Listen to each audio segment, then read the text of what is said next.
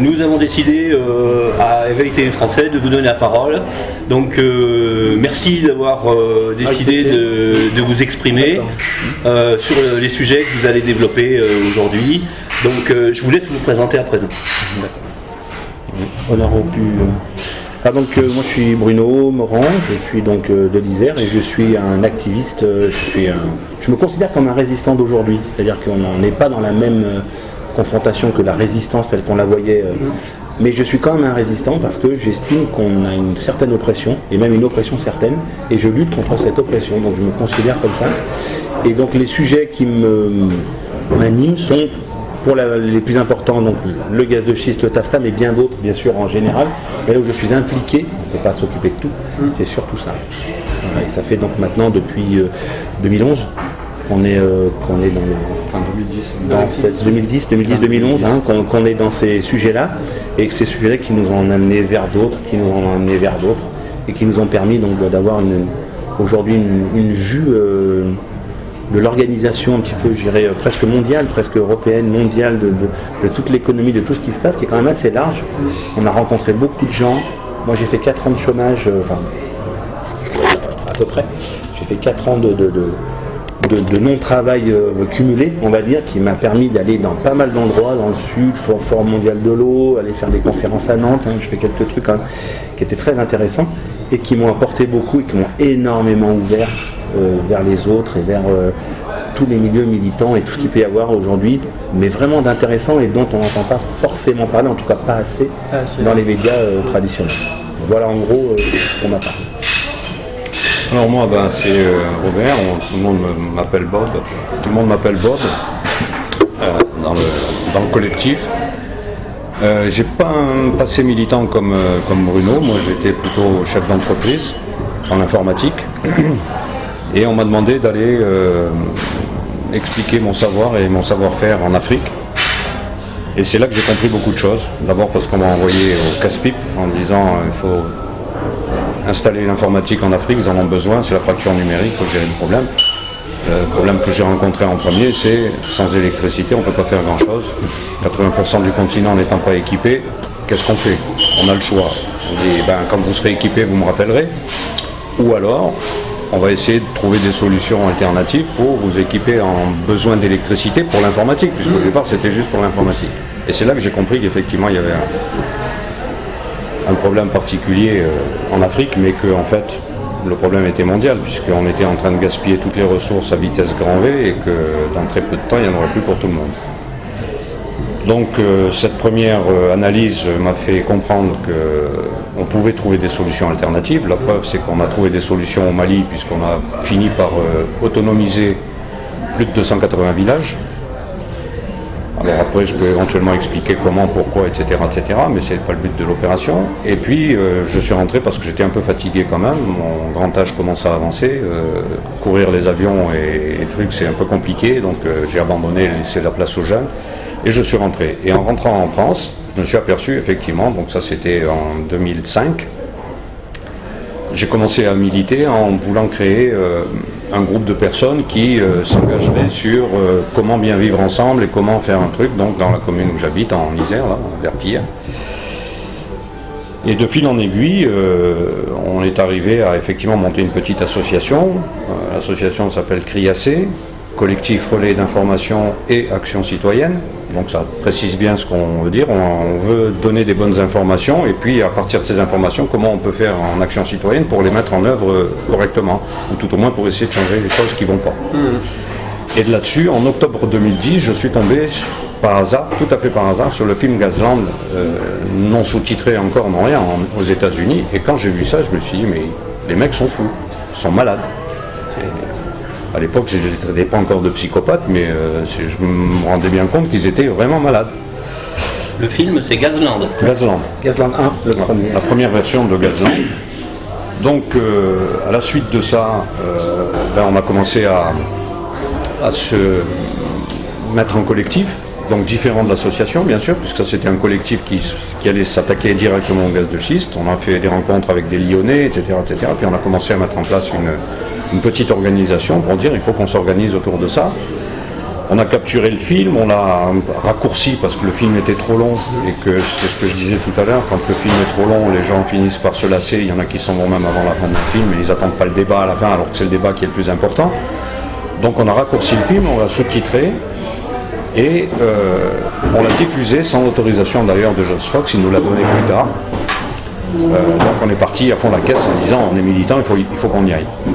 Et donc en même temps, alors ça s'est diffusé quasiment partout, notamment en Rhône-Alpes, puisque c'est les Ardéchois qui ont commencé à lancer le sujet d'une façon beaucoup plus cohérente, puisqu'ils ont réussi à faire près de 50 000 personnes en 15 jours, à faire venir à Villeneuve-de-Berg 50 000 personnes, avec des éléments et des arguments clés, puisqu'on avait déjà commencé à gratter tout ce qui était à gratter dans le document, avec toute une série d'anomalies qui n'étaient pas logiques dans une démocratie actuelle. Et donc voilà, ça a commencé comme ça. Et de fil en aiguille, toujours la même chose, les gens qui s'y intéressent le plus vont gratter des informations, vont les chercher sur des sites à droite, à gauche, finissent par collationner une série d'informations, c'est ce que j'ai fait. J'ai commencé à écrire dans ce sens-là, dans un ordre chronologique, tout ce que je récupérais, je l'inscrivais dans le truc, en mettant en jaune à la date du jour, voilà où on en est. Et au fur et à mesure, ça a donné lieu à se dire comment on va informer les populations et les gens. La meilleure des solutions, c'était de faire des conférences débats. Donc avec ce bout de film qui démarre une séance, et puis débat ouvert avec la population pour leur expliquer quels sont les risques, quels sont les avantages et surtout quels sont les inconvénients dans un contexte actuel de crise énergétique notoire. Parce qu'on le sait, il n'y en aura pas pour tout le monde et à mon avis dans très peu de temps. Donc voilà comment ça a débuté sur le sujet du gaz de schiste. Donc Robert, ce qu'il faisait lui, c'est qu'il faisait un énorme travail de collecte d'informations, beaucoup de travail internet, puisque c'est vraiment un spécialiste là-dedans, donc il allait choper les informations sur internet, il était en contact par internet avec les gens, et moi étant en activité, je faisais un peu d'intérêt, mais des choses comme ça, donc moi j'ai pu faire de mon côté beaucoup de déplacements. Donc j'allais, par exemple, on allait voir un site à Tersanne de stockage de gaz, je suis allé à la 2e manifestation pour soutenir les maires à Villeneuve-de-Berg, j'ai pu aller faire des déplacements pour aller rencontrer des gens, qui a permis de construire un espèce de réseau, et on s'est aperçu en fait que ce réseau était en construction quasiment naturelle. Enfin, souvent on emploie un terme galvaudé qui dit spontané. Il y a comme là récemment on peut le dire, il y a eu une espèce de manifestation spontanée. C'était plus ou moins spontané, mais là je peux vous assurer que pour le gaz de schiste c'était assez incroyable. On s'est aperçu que dans beaucoup de départements il se passait la même chose que ce qu'on faisait nous. Donc en Ardèche, dans le Gard, il y avait quoi au départ? Il y avait c'était surtout l'Ardèche, le Gard. Oui, au départ c'est l'Ardèche, le Gard, le Rhône, un peu le Vaucluse et PACA, la région PACA. La région PACA après, avec le permis. Tous les secteurs où il y avait déjà des permis qui avaient été déposés, des demandes de permis qui avaient été déposées. Ça a mis la puce à l'oreille. Ça a mis la puce à l'oreille à tout le monde, et puis voilà, donc à partir de ce moment-là, les collectifs se sont créés un peu partout. Et l'idée du collectif, justement, c'était de faire des collectifs citoyens. Voilà. Ça a été vraiment très très important. Et donc, pardon, il n'y a pas de mal. Je vais l'arrêter. Donc c'était de faire des collectifs citoyens, c'est-à-dire, quelle que soit notre couleur politique, c'était de dire stop, on met, par exemple, à la manifestation des maires, c'était extraordinaire, il y a eu 4 partis qui sont venus et qui ont mis leur drapeau, peu importe lesquels, on s'en moque, c'était de tous les côtés. On a dit pendant la manifestation, on est allé les voir, je suis allé les voir, on était 4 à aller les voir, on leur a dit non, vous rangez les drapeaux, on est contre les gaz de schiste, on s'en fout, que ce soit le front de gauche, que ce soit le front de droite, que ce soit le front du milieu, on n'en a rien à péter, c'est pas ça l'important. L'important c'est qu'on est des citoyens et qu'on est contre. On n'en veut pas parce qu'on est informé, et nous on va aller informer les gens, on peut leur dire que c'est pas bien. Et les gens ont baissé les drapeaux. Et pendant toute la manifestation, vous regarderez sur les images que vous pouvez trouver sur internet, on ne voit aucun drapeau politique, syndical et d'appartenance. Par contre, une fois qu'on a fini la réunion, etc., le rassemblement, il y a eu un défilé. Là, au défilé, on a autorisé les gens à à s'étiqueter eux-mêmes. À manifester leur appartenance politique. Exactement. Et les gens ont joué le jeu. Et après, une fois qu'on a réussi à faire ça à Villeneuve-de-Berg, il y a eu plein de collectifs qui se sont créés. Et il y a des gens qui ont eu une activité incroyable. et qui se sont dit on va réunir maintenant tous ces collectifs, et on a fait donc régulièrement, alors au début c'était une fois tous les 2 mois je crois, une réunion des collectifs nationaux. Voilà, nationaux. Et donc Oui. moi j'allais à la réunion des collectifs nationaux, je revenais avec les infos, et Robert lui captait tout à droite à gauche, et moi je faisais les déplacements, et lui faisait toute la partie on va dire, je ne vais pas me dire administratif parce que c'est pas ça, mais collecte d'infos et donner une cohérence à toutes les infos qu'on pouvait capter. Et c'est grâce à tout ça qu'on a réussi à monter un diaporama qui a été repris après, on l'a monté ensemble, il a été repris par pas mal de gens, on l'a envoyé, et certains l'ont utilisé pour monter le leur, et d'autres l'ont carrément utilisé comme ça, on l'a donné en open source sur notre blog. D'accord, donc c'est un fichier PowerPoint, hein, c'est ça? C'est un Tout à fait. diapo. Un diaporama D'accord. PowerPoint, très complet avec tous les problèmes qui sont connus aujourd'hui du truc et qu'on a développé déjà depuis longtemps en disant ben voilà, tous les problèmes sont là et au fur et à mesure que ça va augmenter en puissance, les problèmes vont prendre de l'importance, de plus en plus importante avec le temps. Et c'est effectivement ce qu'on voit aujourd'hui aux États-Unis, c'est-à-dire que 15 ans après les premiers forages, les gros problèmes commencent à arriver. Donc ça fait 15 ans déjà qu'aux États-Unis. Ça fait déjà 15 ans qu'aux États-Unis ils ont commencé. Ils ont commencé bien plus tôt, mais en faisant des expérimentations non déclarées ou non officielles pour tester les solutions de fracturation hydraulique. Alors là aussi, il faut préciser une chose très importante. On a eu tendance, et les médias nationaux et internationaux, mais comment dire, lambda, ont utilisé cette formule de fracturation hydraulique sur les conseils ou les impositions des pétroliers. Parce qu'en fait, la fracturation n'a rien d'hydraulique, elle est hydrochimique. Il ne faut pas oublier ce mot chimique qui est très très important dans le truc. Parce que si en pourcentage la chimie n'est pas importante, en tonnes, en centaines de tonnes, elle représente des risques considérables. D'accord. Donc voilà, il faut... Donc le forage, en fait, il n'est pas seulement hydraulique. Il n'est pas seulement hydraulique. L'hydraulique sert à envoyer le flux le plus rapidement possible avec la plus de pression possible, mais mélangé à ça, il y a non seulement du sable, mais il y a aussi des tonnes et des tonnes, des centaines de tonnes de produits chimiques, dont la première c'est l'acide chlorhydrique. Et pourquoi de l'acide chlorhydrique? C'est pour ronger les roches à ces profondeurs-là, parce qu'il n'y a pas d'autre solution avant de les éclater, parce que quand vous avez une roche qui est extrêmement dure, avant de l'éclater, même avec une très grosse pression, il faut commencer par la ronger, il faut commencer par lui donner des failles et des choses qui vont permettre à la pression après d'élargir cette faille. Donc voilà, il y a ces grosses quantités de produits chimiques qui sont... ça c'est la partie première. Ensuite avec l'hydraulique, il y a, pour la remontée des gaz, il y a d'autres produits chimiques qui sont intégrés. D'abord pour protéger les tuyaux, parce que entre la pression, la température et les produits qui sont sous terre et qu'on va remonter, il y a une dégradation, une corrosion des matériaux qui est extrêmement importante. D'ailleurs, toi, je crois que tu avais vu On est allé visiter une plateforme à Paris. Donc moi, je suis allé à Paris rencontrer les collectifs parisiens.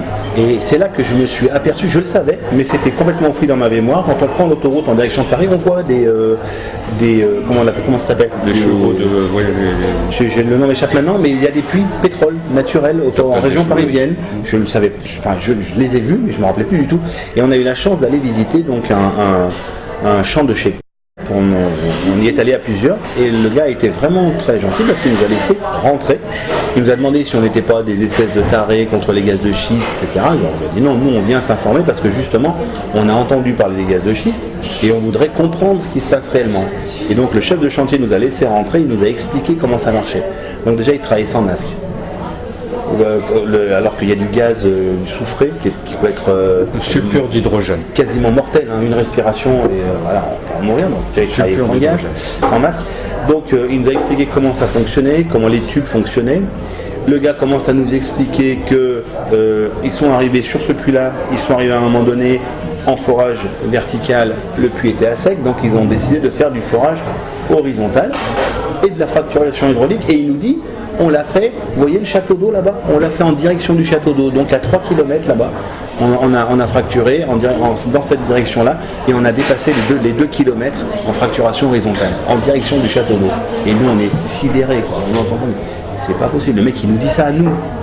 Donc on a essayé de garder notre calme. Donc il nous fait visiter, on voit des tubes par terre, des tubes très rongés, pour certains perforés. Et on leur dit mais c'est quoi ça? Il dit bah ça c'est les tubes, c'est dans ces tubes-là donc qu'on envoie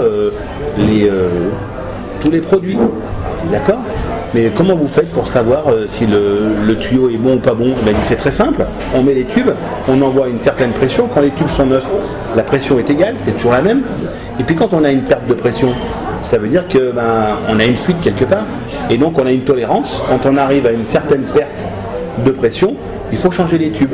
Donc ça veut dire en fait qu'eux ils nous disent qu'il n'y a aucun risque, ils nous disent que ça ne va pas polluer la phréatique, que ça risque rien, que c'est du double tubage, que c'est bétonné au milieu, au millimètre, que ça risque rien.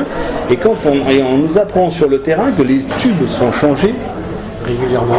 Voilà, quand il y a une perte de pression, c'est-à-dire quand il y a un trou dans le tube. Donc quand les produits envoyés, injectés, ont été envoyés dans le sol. Donc on a trouvé ça quand même assez gonflé.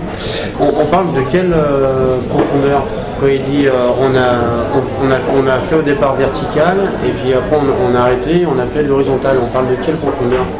Alors la profondeur elle varie effectivement en fonction des couches de sédiments dans lesquelles ils vont aller chercher cette matière. C'est entre 2500 et 4000 mètres, suivant la géologie du sous-sol sur laquelle ils vont forer. Donc c'est des profondeurs qui sont assez importantes et qui vont poser un problème à moyen et long terme, c'est-à-dire que les failles qui vont créer artificiellement vont à un moment donné rejoindre des failles existantes, parce que dans le sous-sol il y a toujours des failles, et que la migration de la matière en question, tout ce qui est au sous-sol finit par remonter un jour ou l'autre. Donc à un moment donné, ça va remonter. Et ça ne va pas remonter par le tuyau comme ils le disent, mais ça va remonter par d'autres failles à côté, à droite et à gauche. Mais ça va aussi remonter par la cimentation autour des tuyaux, parce que le ciment, ils ont beau l'appeler ciment intelligent, le colmatage entre le ciment et le trou, enfin la géologie et le tube métallique, elle n'est pas parfaite, loin de là. La preuve, c'est que dans la partie Gazland 2, ou tout au moins le petit documentaire que Joss Fox a fait après Gazland 1, ils ont réussi à avoir des documents officiels. The Sky is Pink. Le ciel est rose. Le ciel est rose. Ils ont réussi à avoir des documents officiels qui sont les deux maîtres du sujet, puisque c'est eux qui touchent toutes les royalties sur la fracturation hydrochimique horizontale. C'est eux qui ont les brevets, donc quel que soit le tube percé dans le monde, encaisse des royalties. Donc des documents officiels avec des diaporamas officiels qui expliquent noir sur blanc qu'ils sont incapables de gérer le problème des fuites. Déjà eux-mêmes au niveau du tube. Donc imaginez le tube, déjà ils ne savent pas le gérer, mais en plus toutes les fracturations qui vont se faire éloignées du tube, mais à cause justement des fracturations qui vont rejoindre d'autres fracturations existantes dans le sous-sol. Et ça on en a aussi la preuve, puisque en Australie, où ils sont plus axés sur le gaz de houille, parce qu'encore une fois ils ont de grosses quantités de houille en souterrain, pas à des grandes profondeurs, c'est de l'ordre de 400-500 mètres grand maximum. Les choses qui sont apparues ces derniers temps à la suite des puits qu'ils ont commencé à percer, c'est que sur 1 km de rayon autour du puits, le gaz méthane, donc qui est compris dans le truc, s'échappe de toutes parts. Parce qu'encore une fois, parce qu'il est à une profondeur peu importante et que le fait d'avoir explosé la roche à cet endroit-là et qu'il n'y a pas de surface de roche imperméable qui empêche justement les gaz de monter, eh bien ils remontent dans les nappes phréatiques, ils remontent même à la surface terre, puisqu'ils ont déjà constaté, on voit dans le film qu'on a récupéré, le mec qui vient avec son appareil pour tester, il dit oulala, il faut qu'on s'en aille tout de suite parce que je veux même pas mettre la voiture en route parce que là on va tous exploser. Donc ça veut dire qu'ils ne vont même pas mettre la voiture en route, ils l'ont poussé, c'était un gros 4x4, ils se sont mis à deux pour pousser le 4x4 pour sortir de l'espace où ils étaient en train de constater la quantité de méthane. Quand on est en basse, pénétration. Voilà, pénétration, quand on sort pas trop, ça remonte vite, mais quand on perce très profondément, ça remonte et ça peut mettre du temps. Mais ce qu'on est sûr, c'est que ça remonte. C'est-à-dire que le gaz, voilà. Donc on a participé quand même à pas mal de forums avec des géologues. On a participé avec des sismologues, géologues, et puis donc le bureau de Picot qui est toxicologue, et qui nous ont expliqué en fait tous les risques qu'il y avait à injecter tous ces produits. Parce que les industriels se targuaient en disant mais on met quoi? On met des produits alimentaires, on met... Oui, d'accord, c'est des produits neutres à la base, mais on est en chimie. ça peut, certains sont neutres, donc on prend un bidon de neutre, on prend un deuxième bidon de neutre et puis un troisième bidon neutre à la surface de la Terre à 35 degrés, il ne se passe rien. Mais on les mélange, on les envoie sous terre à 200 degrés à des pressions importantes, c'est de la chimie. Enfin, je veux dire, la chimie n'est pas stable, c'est un réacteur chimique, donc les produits vont se mélanger et ça va donner des nouveaux produits qui n'ont jamais été injectés. Donc les gars ils disent mais non, c'est pas nous, on n'a jamais injecté ça, c'est pas vrai. Mais des produits qui donnent par exemple le cancer de la langue.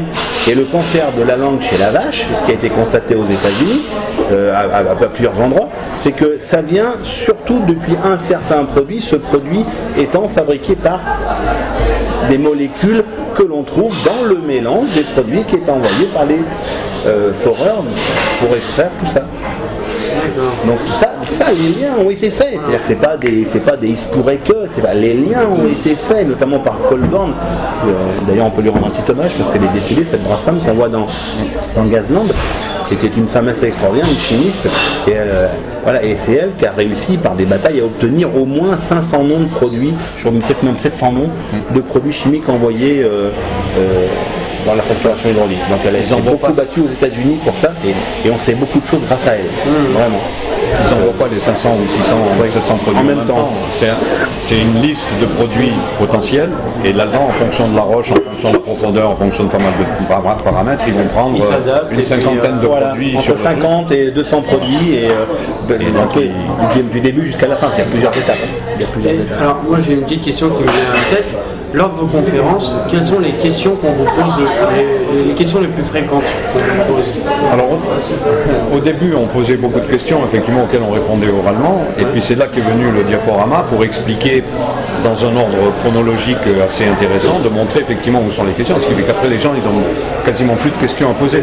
Sauf comme ils savent directement que c'est nocif, que c'est pas... Alors, ça s'est fait en plusieurs étapes. Au début, on a tout de suite compris que c'était dangereux pour l'environnement et la santé. C'est venu tout de suite. Mais là, on avait du mal à se bagarrer, c'était avec la partie économique. Les gens nous disaient, ouais, mais ça va créer des emplois, les entreprises vont avoir du boulot, ça va créer du chiffre d'affaires. Et là, c'est vrai qu'on n'avait pas d'argument réel. Et on avait un peu de mal à contrer ça, même si on savait.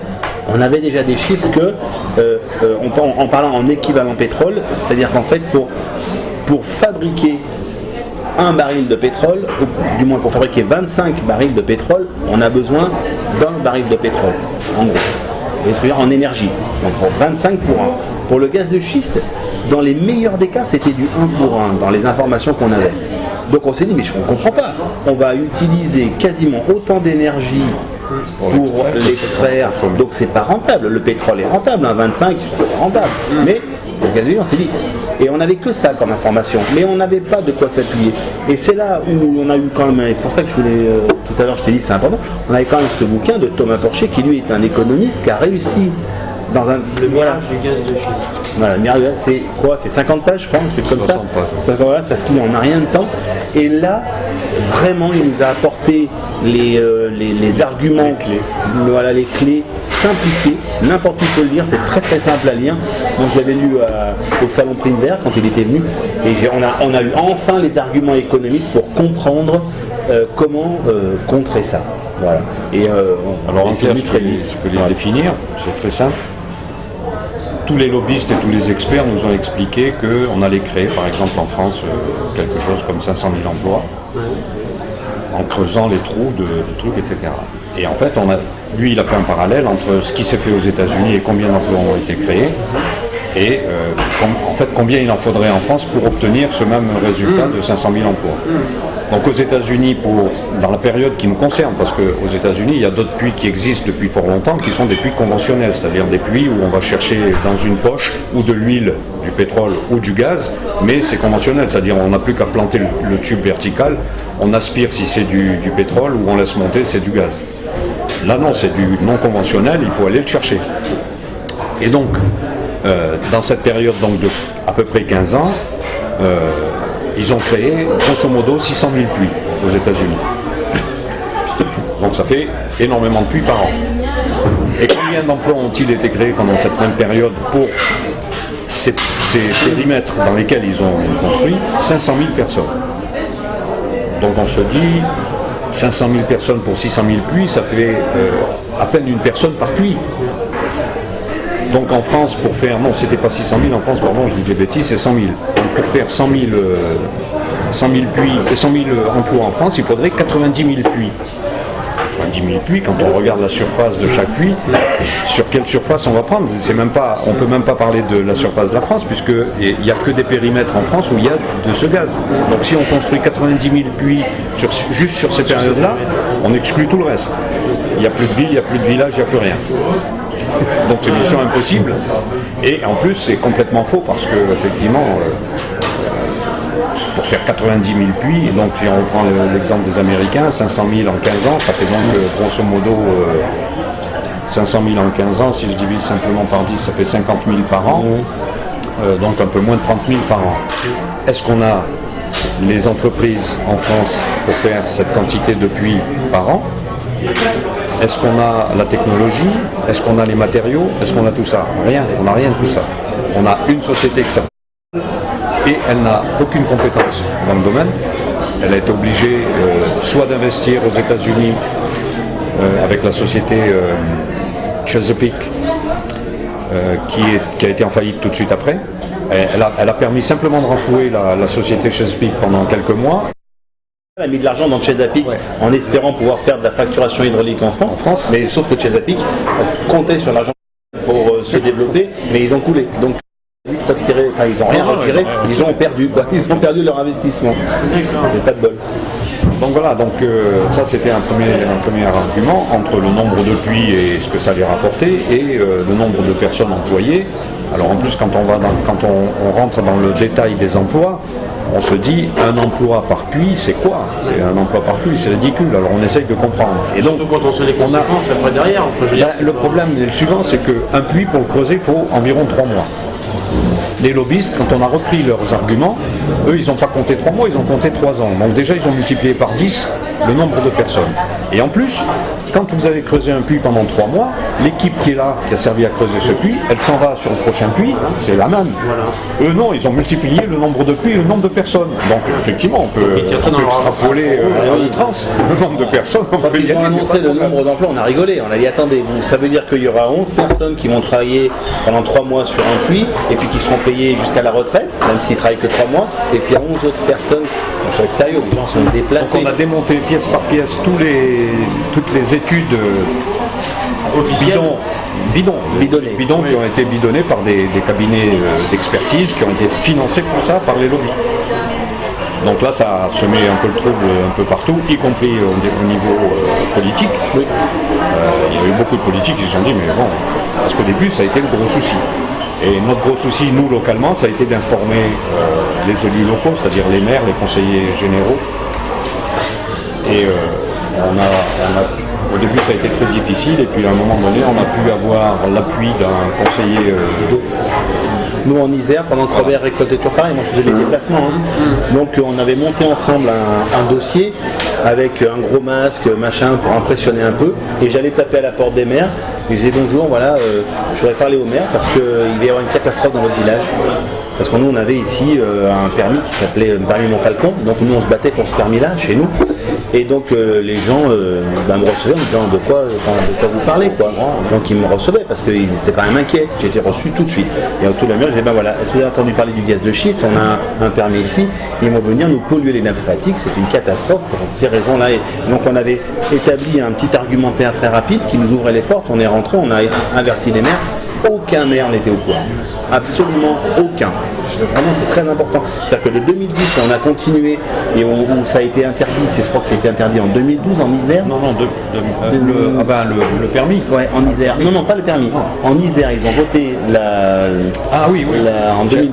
C'est fin 2011, début 2012. Donc pendant un an, on a tapé aux portes des maires localement. On a réussi à avoir un maire qui a dit oula, il se passe quelque chose, et puis après un deuxième, donc un LUPS et un vert, on peut le dire, qui se sont mis ensemble, qui se connaissaient et qu'on dit il faut qu'on porte ça au département et qu'on en discute. Et ils ont porté ça au département, ils ont voté pas à l'unanimité, il y en a 5 qui n'ont pas pris part au vote et qui sont sortis de la salle parce qu'on a les résultats. Tous les autres ont voté pour que l'Isère, l'Isère ne voulait pas des gaz de schiste en Isère. Donc le Rhône l'avait déjà fait. l'Isère l'avait fait, l'Ardèche l'avait fait, tous les autres ont suivi, et c'est la région globale qui a été une des premières régions à dire non au gaz de schiste. On a tout, voilà, et on a lancé le truc comme ça, parce que les Ardéchois avaient fait de leur côté. Les Ardéchois l'ont fait un petit peu différemment. Nous, ça a été assez rapide, hein, on peut le dire, ça a été vraiment très rapide. Grâce aux deux. Nous, on s'est associé tout de suite aux élus. D'autres départements ont choisi de ne pas associer les élus.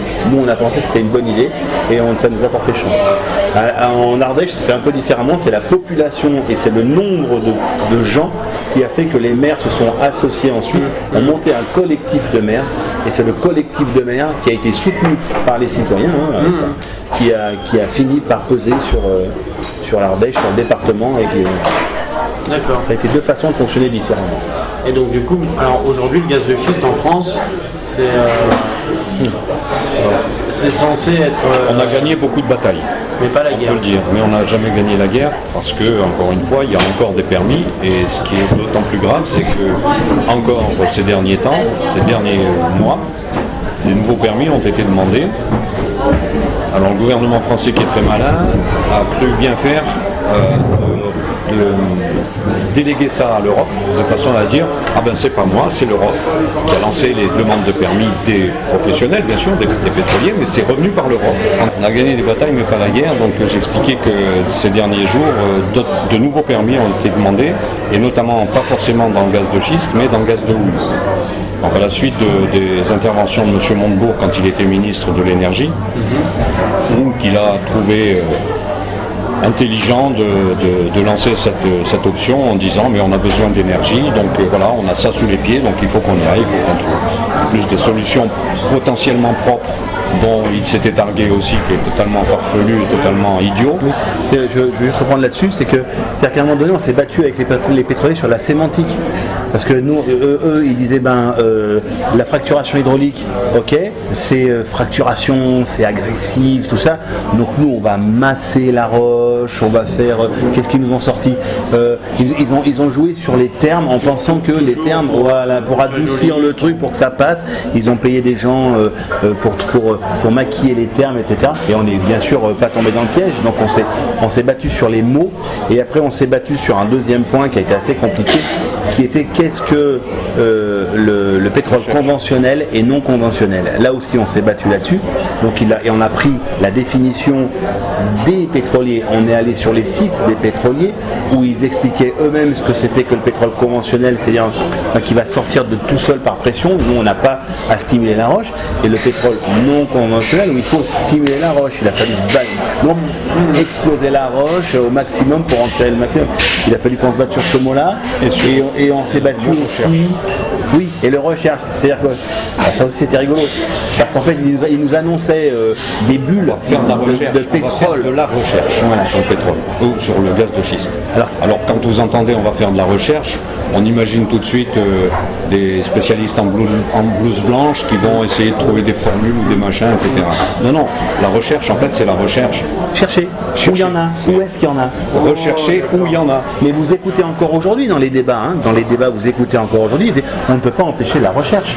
Non mais il ne s'agit pas de faire de la recherche expérimentale ou fondamentale, il s'agit de chercher où est-ce qu'il y en a. C'est ça, parce qu'ils ne savent pas où il y en a. Ils ne connaissent ni les quantités, ni la qualité, ni rien, voilà, ils ne savent pas. Le problème est le suivant, c'est-à-dire qu'avec les recherches sismographiques dont ils sont capables de faire avec la sismique en 2D, voire maintenant en 3D, ils sont capables de définir à quelle profondeur, le type de roche, de sédiment dans lequel va se trouver la truc, mais ils ne savent pas quelle est la proportion de matériaux à récupérer dans la masse. Ils ne savent pas la quantité Ils ne savent pas la quantité exacte, et en plus elle ne peut pas être équivalente sur toute la surface, sur tout le volume de la masse sédimentaire. Donc ils sont obligés de percer. Et le problème quand on va faire de la recherche, il faut savoir une chose, c'est qu'un puits non conventionnel de recherche de gaz de schiste à grande profondeur coûte en moyenne entre 10 et 15 millions de dollars, alors qu'un puits conventionnel coûte 1 million de dollars. Donc il y a un gros différentiel entre les deux. Et comme la recherche, elle va être faite par des pétroliers, vous pensez bien que, imaginons qu'ils creusent et qu'ils en trouvent, alors que la loi leur interdit de l'exploiter, ils ne vont pas investir 15 millions de dollars pour nous dire on en a trouvé mais comme c'est interdit, bon on rebouche. Oui. Ils mettent le pied dessus, comme ça ils disent bon, on en a trouvé, Non, on c'est est très désolé bien. d'en avoir trouvé, mais on rebouche. Si on le trouve, on va trouver les arguments et on va trouver effectivement l'acceptabilité sociale qu'il va falloir mettre en place, et ce qu'ils ont déjà commencé à faire pour Monsieur Tout le Monde. On l'a trouvé, il est là, donc il faut aller le chercher. Donc allons-y, ouvrons, changeons les règles de la loi et on va aller le chercher. Et là aussi, on a rebondi grâce à Thomas Porcher aussi, ce qu'on a bien compris, mais ça on l'avait peut-être compris un petit peu avant, c'est qu'ils nous disent on va trouver du gaz de schiste et ça va faire baisser le prix de l'énergie et on va être indépendant. Et c'est vrai qu'on se dit, on trouve du gaz, on va l'utiliser. Donc les gens s'imaginent que parce qu'on va faire un trou, le gaz va sortir, on va mettre un tuyau et ça va sortir à la gazinière de Madame Dupont du 35 de la rue de la République. Mais ça marche pas comme ça.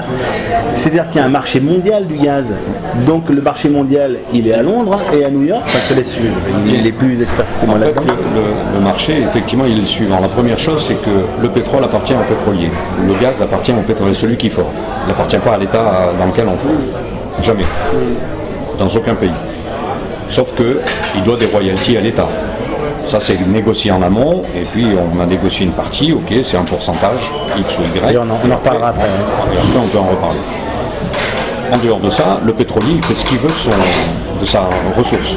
C'est-à-dire qu'il la vend aujourd'hui sur un marché international. Alors, avec les fluctuations et les trucs qui existent aujourd'hui, les magouilles qui existent plus ou moins, parce qu'on fait des fois tourner des bateaux pendant des jours et des jours, justement pour ne pas approvisionner, pour faire un manque et pour faire augmenter le prix du truc. D'accord. Ça existe déjà depuis fort longtemps. D'accord. On fait tourner les bateaux en mer pendant un certain temps. Demande. Il y a une certaine demande. C'est ce qu'ils ont fait en 73 pour la chute, la Exactement. fameuse crise du pétrole. hein. Voilà, ça c'est pas nouveau, ça existe déjà depuis fort longtemps.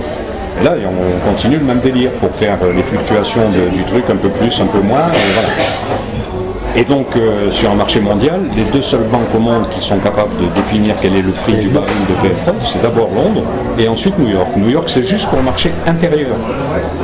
Le Brent des États-Unis et le gaz de schiste, c'est juste le marché intérieur. Parce que dans la législation américaine, il est interdit d'exporter du gaz et du pétrole des États-Unis. Interdit d'exporter, jusqu'à ce jour. Ils sont en train de renégocier de nouveau, comme il y a des gros volumes qui sortent, ils se disent on va pouvoir vendre au Japon ou en Chine parce que là-bas il coûte beaucoup plus cher que chez nous. Donc faire du business. Pour le moment, c'est pas gagné. Parce qu'il y a une partie des Américains qui disent non, il faut le garder pour nous. D'accord ? Donc le problème pour l'Europe, c'est messieurs les politiques, désolé, mais le gaz ne vous appartient pas, les pétroliers le vendront. Si vous voulez l'acheter, vous l'achèterez au prix du marché. Donc vous n'avez aucun avantage particulier. Deuxième point important à savoir, c'est quelle est la capacité, quel est le volume d'énergie que nous consommons en France et quelle est la part du gaz dans cette consommation d'énergie globale. Elle est de 15% maximum. Ça veut dire qu'avec 15%, messieurs, si vous voulez faire l'autonomie du pays, on en est très très loin. À condition toutefois d'avoir le volume de ces 15% déjà. Alors le volume de ces 15%, il est déjà lié à un gros phénomène que M. Courme, qui est donc Qui était le porte-parole. il était le responsable et qui nous a expliqué dans une conférence faite par la région Rhône-Alpes que lorsqu'ils en tiraient 6% de la ressource existante, ils étaient hyper contents.